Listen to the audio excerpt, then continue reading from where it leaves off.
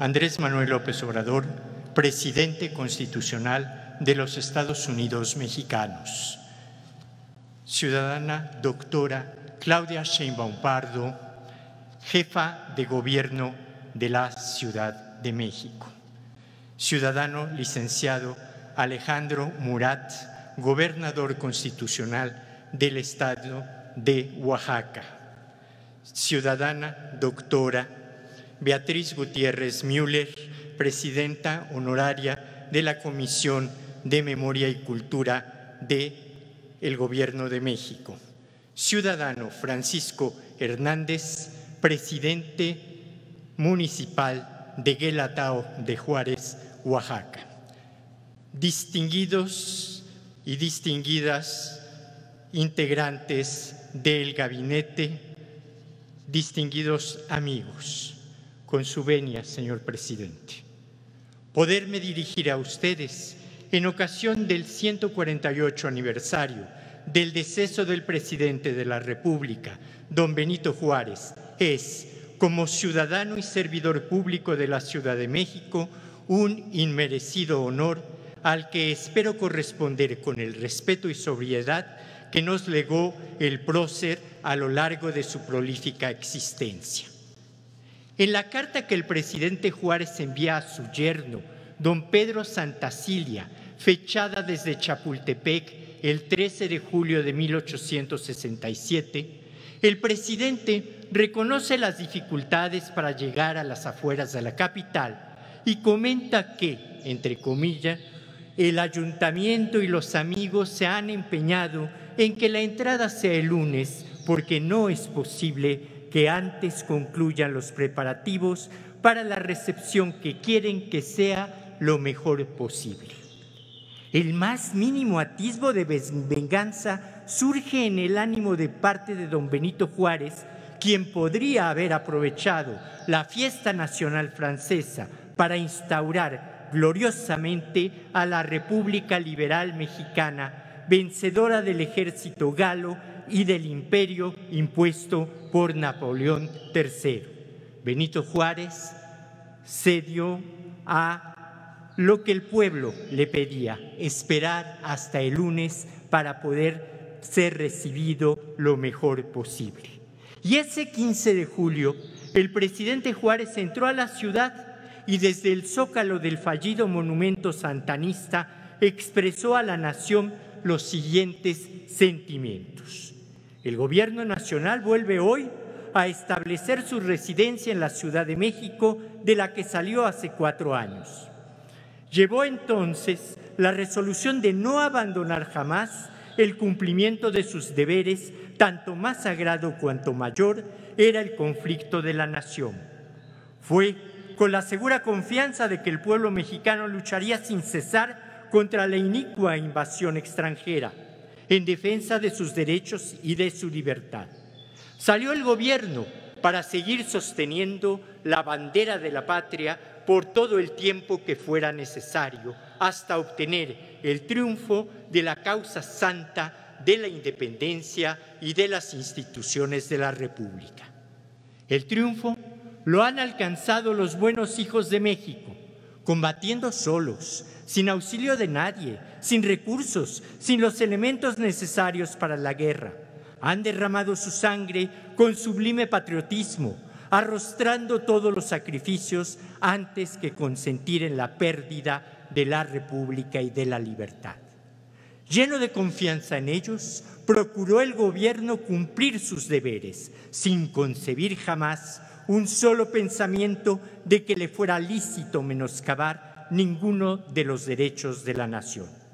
Ha cumplido el gobierno el primero de sus deberes, no contrayendo ningún compromiso en el exterior ni en el interior que pudiera perjudicar en nada la independencia y soberanía de la República, la integridad de su territorio o al respeto debido a la Constitución y a las leyes. Todos los Juárez en Juárez. El claro mensaje del entonces presidente y su inmortalidad hoy nos obligan a la reflexión. Juárez el liberador, el fundador de las instituciones, el impulsor del Estado laico como garante de la libertad del pensamiento. Juárez, el reformador, el educador, el defensor de la República a pesar de las calamidades y de situaciones extremas que le tocaron vivir y a pesar de esa terrible circunstancia que le acompañó la mayor parte de su vida. Juárez, el patriota, el que a pesar de las enormes presiones que se concentraron en contra de la nación en 1859, supo anteponer a tiempo los intereses superiores de la patria. Juárez, el estadista, el héroe de 1867, quien también supo reconocer que el triunfo contra la reacción y frente a las potencias extranjeras se logró merced al esfuerzo de los buenos hijos de México, aquellos que combatieron solos y sin auxilio de nadie, y supo también, con claridad y contundencia, definir ante nuestro heroico pueblo que el primer deber de un gobierno legítimo es el rechazo institucional a cualquier compromiso que ponga en peligro independencia y soberanía de la República, la integridad del territorio y el respeto al Estado de Derecho, es decir, a la Constitución y a las leyes que promueve. Pero el benemérito va aún más allá y contundentemente afirma que el gobierno que él encabezaba, sustentado en la confianza de un pueblo que luchaba por su patria en situación harto desventajosa, procuró cumplir sus deberes, sin concebir jamás un solo pensamiento de que le fuera lícito menoscabar ninguno de los derechos de la nación. Es decir, su gobierno no traicionó ni con el pensamiento los valores e instituciones que el pueblo le encomendó. Con esta regla de oro, Juárez estableció el principio rector del Estado mexicano, la primera obligación del buen gobierno y la condición sine qua non para construir y consolidar a la República como una entidad federal, democrática, institucional, liberal, laica y justa.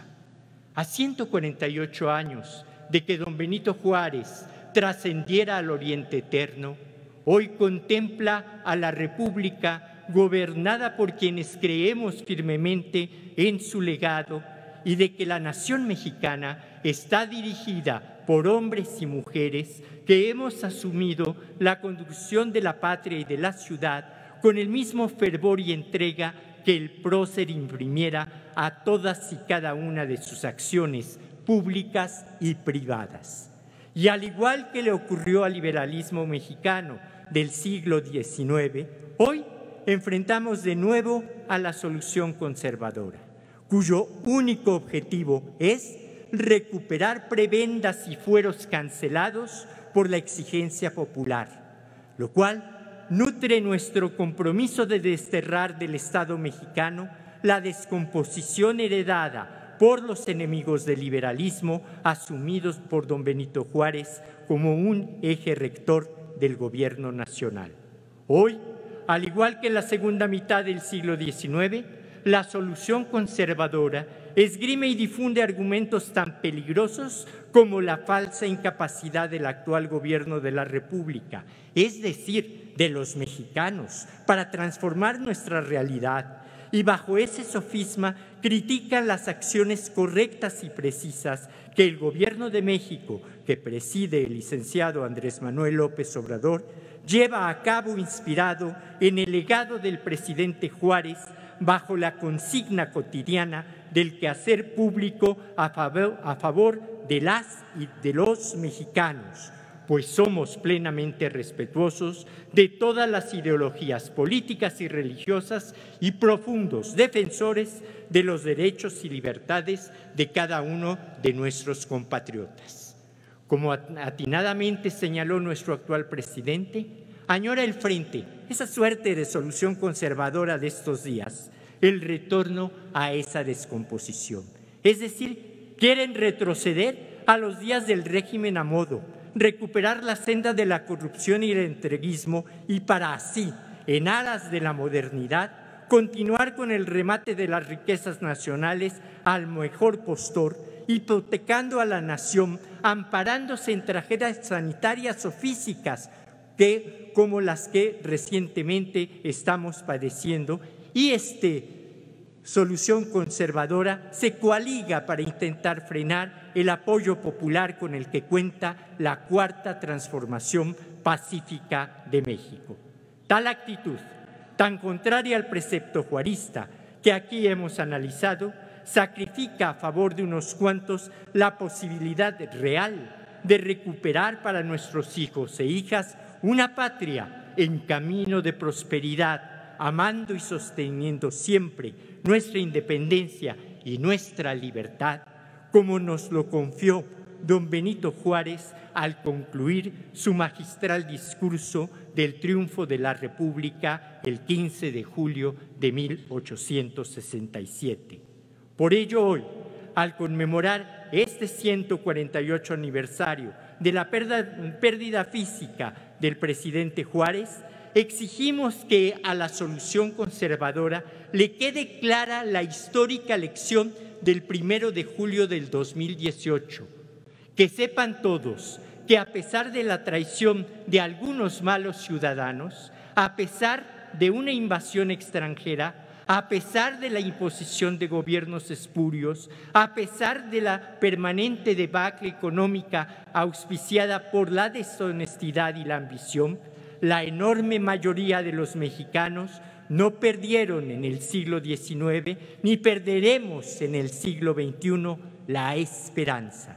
Los mexicanos del pasado pudimos y los de hoy podemos defender nuestra independencia, nuestra democracia, nuestra libertad, nuestra soberanía, nuestra cuarta transformación, a fin de hacer de la patria un Estado liberal de justicia y bienestar, y para ratificar a toda la nación mexicana que el legado de don Benito Juárez se revitaliza día a día en nuestros corazones y en la transformación pacífica de la patria. ¡Viva don Benito Juárez! ¡Viva el Estado laico! ¡Viva la Cuarta Transformación de la República! Es cuanto, presidente.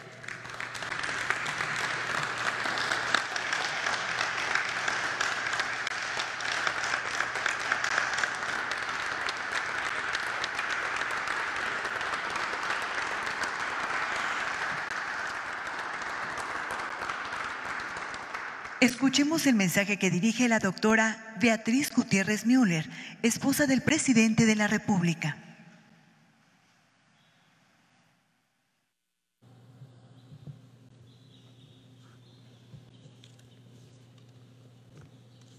Muy buenos días a los que presiden esta ceremonia y a los invitados y medios. Voy a leer un texto viejo de Justo Sierra, dirigido a Emilio Castelar, político, diplomático, periodista, escritor, que en 1873 se convirtió en el presidente del Poder Ejecutivo de la Primera República Española.